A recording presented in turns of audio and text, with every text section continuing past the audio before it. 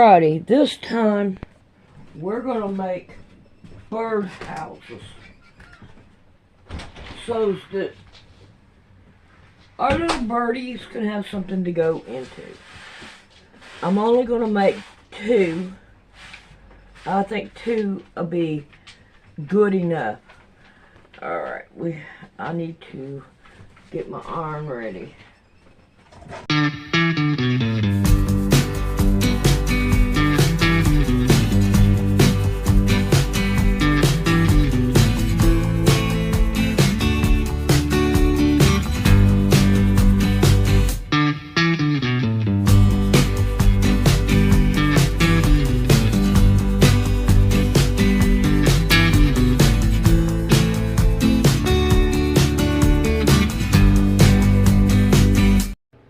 They were not notifying families because when the health commissioner ultimately resigned, one of the reasons why he resigned is because they found thousands of letters notifying families of lead blood poisoning that were still in the health department and weren't mailed.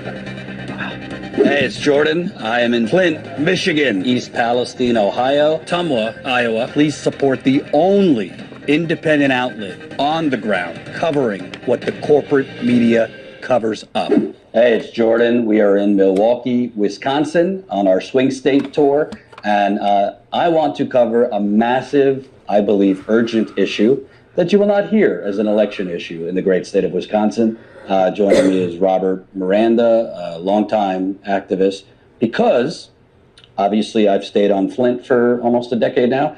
You might not know that other than Flint, Milwaukee has some of the highest lead levels in water in the country.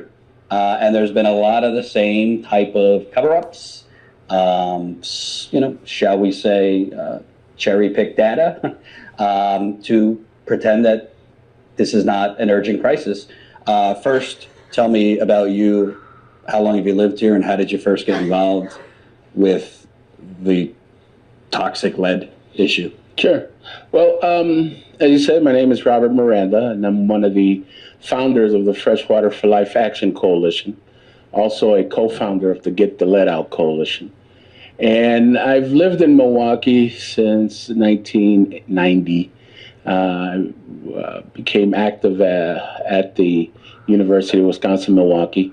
I got here after I was medically discharged from the Marine Corps, did 10 years there.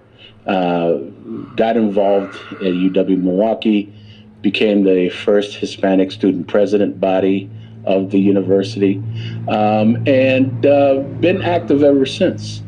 At first, I did a lot of organizing around education, fighting against privatization, school choice, things like that. And then I started getting interested in the issue of water. The environment. And the reason why is because in the middle of the 1990s, I started getting information. I'm one of those Camp Lejeune Marines who suffers from water poisoning. And back... So if you don't know, there's commercials all the time, but Camp Lejeune had a toxic water, and a lot of people got sick. There was major cover-up. Yeah. Finally, the years of poisoning has caught up, and the government had to concede that the water was toxic, and cancer and all kinds of deadly diseases have been sprouting, hitting Marines and their families. And did you? And I received liver damage from the water. So I started getting involved and started noticing, and in the early 2000s, I caught wind of what would happen in Washington, D.C., and I saw that as an issue. And there's a major lead in water issue in D.C. Yep, where they have infant mortality rates went up, and there was a lot of cover-up going on there. And so I thought, wow, this is really something. So a couple of years passed, and then back in 2014, the city of Milwaukee experienced historic water main breaks. And it was such a big deal, they made a lot of news about it. But I found it interesting that they weren't telling people anything about what this might do to their health, unlike what they did when cryptosporidium hit the Milwaukee, back in the early 1990s. And what was that? The cryptosporidium is when this biological contamination of the water occurred, and people were dying, and people were getting sick. And that happened back in like 1992, 1993. So when I saw that they were talking heavily about this water main breaks, I thought to myself, well, that's odd. They're not talking about what this might mean for health. And were they explaining why the water mains were breaking at such rapid? Because they were old, they were, past their year of expiration and things like that, and the weather was unusually cold and things like that. But that's all they were saying. But they didn't say anything about taking precautionary measures to protect yourself.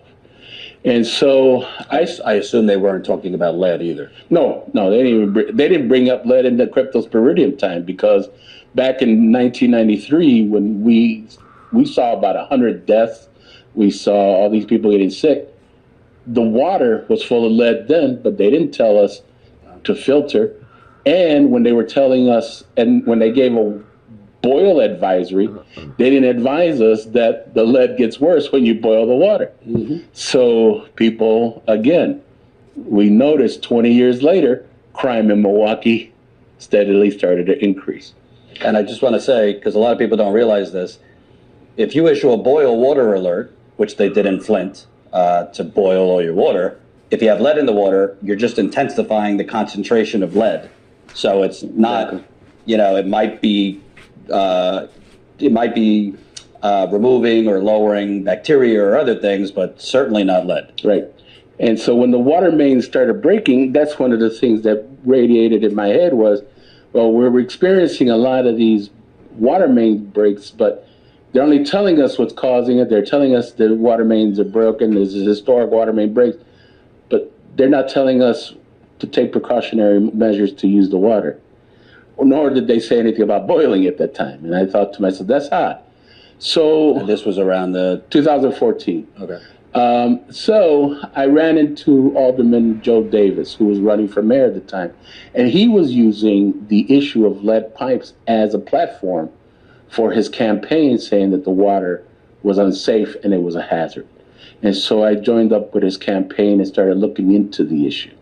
And when I started figuring out, the links between lead and water and lead poisoning around 2015, late 2015, early 2016, the reports started coming in that blood lead levels started to rise. There was a rise in blood lead levels. And I said, I wonder if there's a correlation. There might be a link. So, and was the local health department here notifying families of that? They were not notifying families, because when the health commissioner ultimately resigned, one of the reasons why he resigned is because they found thousands of letters notifying families of lead blood poisoning that were still in the health department and weren't mailed. Wow. I mean, that's scandalous. Shocking, isn't it? So when we started picking up on things, I knew there was a problem when I saw the health commissioner and Alderman Davis engaged in a discussion on CBS News, and the health department official at the time on air said, he can guarantee that there is no lead in our water. And I knew that was a lie right there. And I said, this is a cover-up going on. Something's going on. And so we decided... And at this time, Flint was already a national... And Flint started... So they were trying to say, we're not like Flint. We're not like Flint. But we are having lead in our water, but your health department commissioner, Milwaukee, is telling the city he can guarantee there's no lead in the water. Right. That statement was made in CBS. I'll send you a link to that. So after he said that, then we really started picking up on the organizing, demanding that the health department provide us with data on the blood lead levels. And at the time, the blood lead levels were only associated with lead paint, soil, and dust. They were not even including data from water because, as we found out, they were not testing the water in homes when they were doing environmental health assessments of homes that started experiencing lead blood levels that were increasing.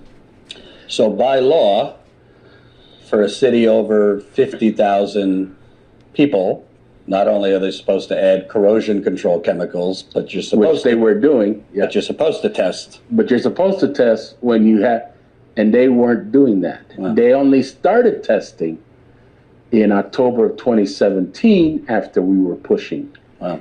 And we said, why aren't you testing?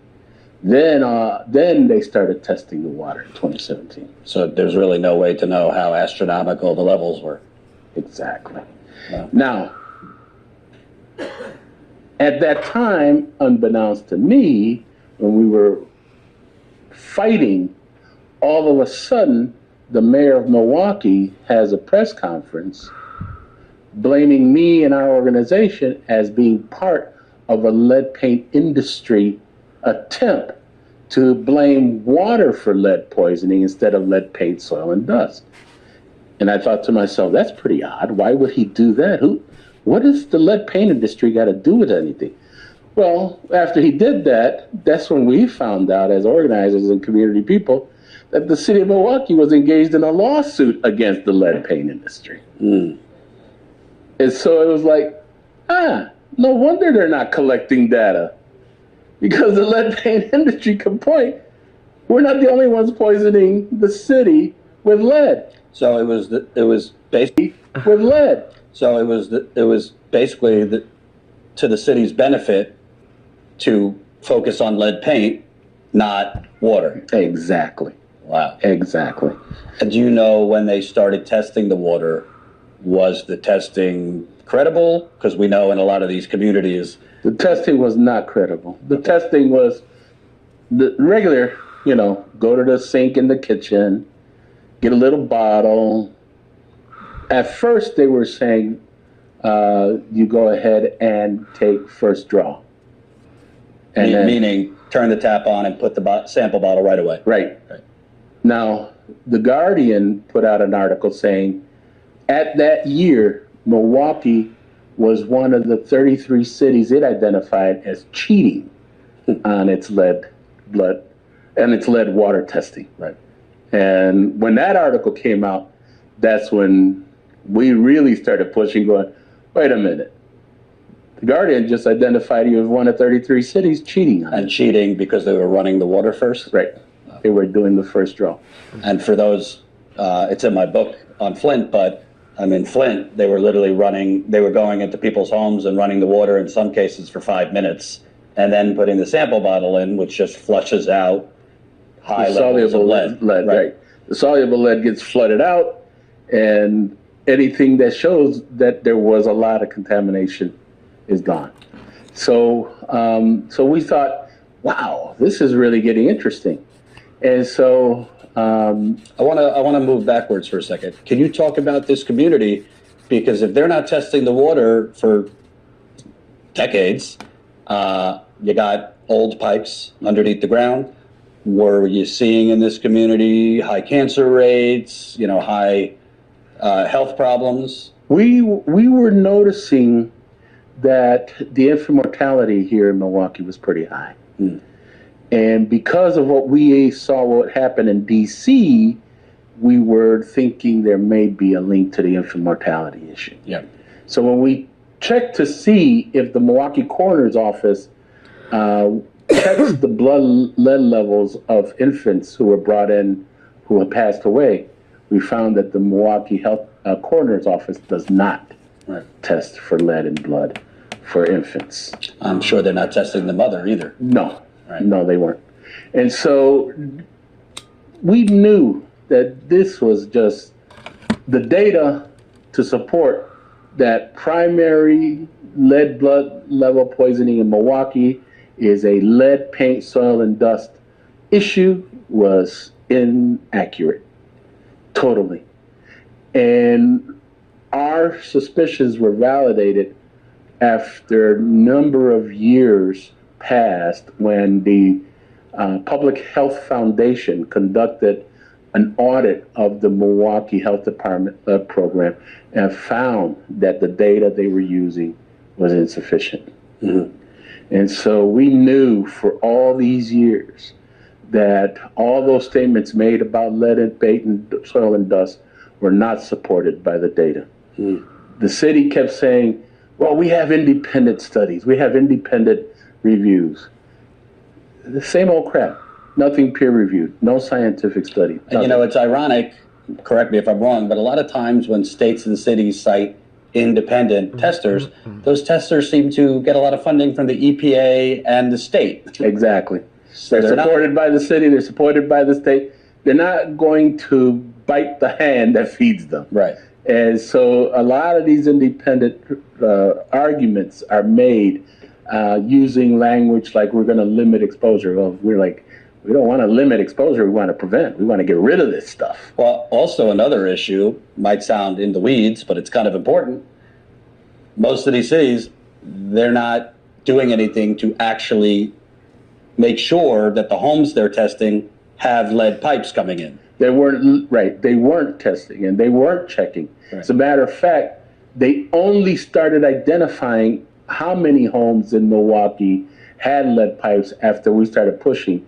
And when we started pushing, then they created a web page on the Milwaukee Waterworks website identifying homes with lead pipes. And let me ask you, when were you able to, at some point, get credible data showing what the levels were? We're still not able to get credible data because the data is still not being collected properly. Our feeling on that is because there is still an appeal issue in the lead paint lawsuit issue. And I think that they don't want to release a lot of data on that because then the lead paint industry will come back and say, you people have been lying throughout this whole process. City of Milwaukee, you're in trouble. And so they put the lead paint industry through a ringer, defending itself, when in fact, the city was really hiding a lot of data. Well, the proof's in the pudding. You have children with high blood lead levels. Right. And yes, lead paint was certainly more of a problem in the 70s, 60s, 70s, 80s. But as lead has been removed from paint, it's slowly. And so the other issue that we found interesting is that, okay, why weren't the health department here, why didn't the health department here start testing adults for lead in their blood? And that would have been a real ringer for us because adults aren't known to engage in the lead paint buffet. Right. And they don't go for dessert with a mud pie. Yeah. So, it's like, okay, how are adults being poisoned? And we knew that was an issue because number of community leaders that we worked with, one of them was executive director of the Hunger Task Force, a major non-profit organization here in Milwaukee. She went ahead and decided to test her blood and found that she had 17 micrograms per deciliter of lead in her blood. Just so you know, they say 5 and over is considered urgent. Right. And she had 17. So we were like, so how do you get that? Right. And she found out she had lead pipes. So as the evidence started building up, the administration we were fighting at the time started cracking. People started abandoning ship. The superintendent of Milwaukee Waterworks at the time, who was also a member of the EPA National Science Board, all of a sudden resigned, took off, went to Portland, Maine to work as superintendent of water over there. The Public Works Commissioner, who was there for many years, skedaddled. They left the mayor and the health commissioner there. The health commissioner took the sword. He had to resign in total disgrace. Slowly but surely, many other administrators in the administration had to leave. Ultimately, by the time... And were they resigning, acknowledging that? For us, it was an acknowledgement that this was the major issue that was going to bring down this administration. As a matter of fact, we are convinced that the reason why the mayor did not finish his term and was given the ambassadorship to Luxembourg, so he What could was his name? Mayor Tom Barrett. Ran for governor, right? He ran for governor, right? Exactly. And so we believe that it was in due interest to protect him and the Democratic Party here in Milwaukee's reputation, to get him out of this situation because it was hot. Has there been any independent testing that has shown elevated lead in water here? No. So really all you could go on is the high blood lead levels and knowing that they cheated on the testing.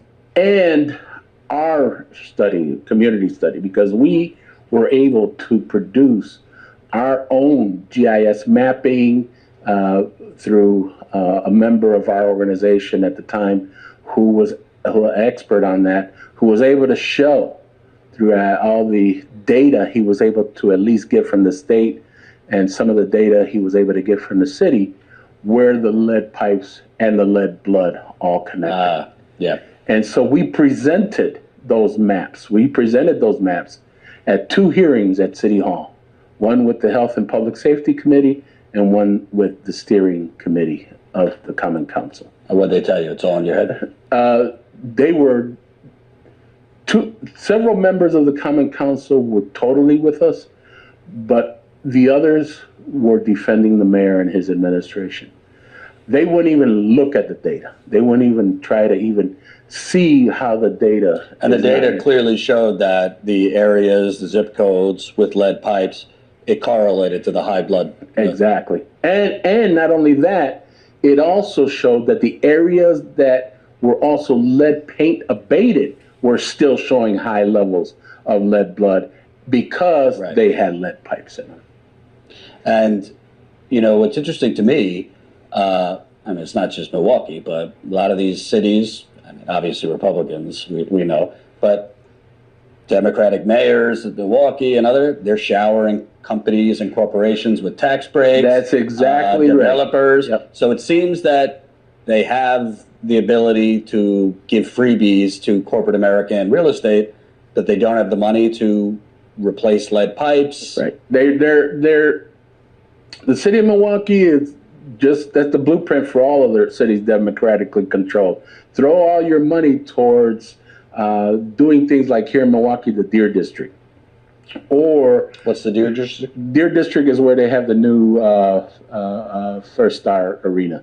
Okay. And the new Bucks Arena and all the goodies and everything that's being built up around there is just sports arenas, restaurants. Exactly. And so they're throwing all the money in there, and they're throwing all the money on developing this notion that Milwaukee is the freshwater capital of the world. And so that's the whole idea, is to throw money all in that. Here's the problem, folks. From Flint to Milwaukee to the North Pole. You can have clean water. If it's going through corroded, busted pipes, it ain't going to be clean. Exactly. It's common sense. Exactly. And that was interesting for people of Milwaukee to wake up to, because as we were pushing and it was getting hot, Marquette University eventually invited the professor from Virginia Tech to speak at Marquette University about this issue. And unbeknownst to the mayor and everybody who attended, he actually put up on this big PowerPoint, Milwaukee historically has been a world leader in covering up lead water problems. Wow. And everybody looked at that and looked at the mayor, and his face got beet red when he saw that. And even the guy said, you know, this will probably be the last time Milwaukee invites me to speak ever again. So to you, because you're living and breathing this, you're involved, is the city, I mean, in Flint, they knew the water was toxic, and they just, you know, to cover their own asses and this and that. But here, there wasn't like an acute water switch. No. Right? This is because the pipes are old, corroded. Right. Exactly. So, based on your experience, do the politicians know that the water is bad and they're just whatever? Or are they incompetent? Because it seems kind of sociopathic Right. to know, oh, there's lead in the water. We're feeding that to kids and animals and elderly and everyone, and to just pretend everything's fine. I tend to believe that in the beginning of our movement, there was a lot of incompetency. There was a lot of relying on the bureaucracy of the city to tell them what's really going on with the water. None of them bothered to investigate. None of them bothered to look into the matter. It wasn't until we started really hitting it, and then Alderman Davis, who was the alderman running for mayor, started also pushing, that maybe a couple of others decided to look into it and started seeing something was wrong. But the vast majority of them at the time were incompetent. Today, I feel that they know, but they're more concerned about their own political careers right now, rather than pushing the current mayor to move on this issue faster and remove these pipes quicker. Because these pipes, in our data, when we presented to the city, most of the pipes of Milwaukee were put in between the years of 1850 to 1870. Wait a minute. So the pipes that are delivering water to people, From the water main going to the house, those lead pipes have been put in, majority of them have been put in from between 1850 and 1870. so we're talking nearly 200-year-old pipes. About 150 years.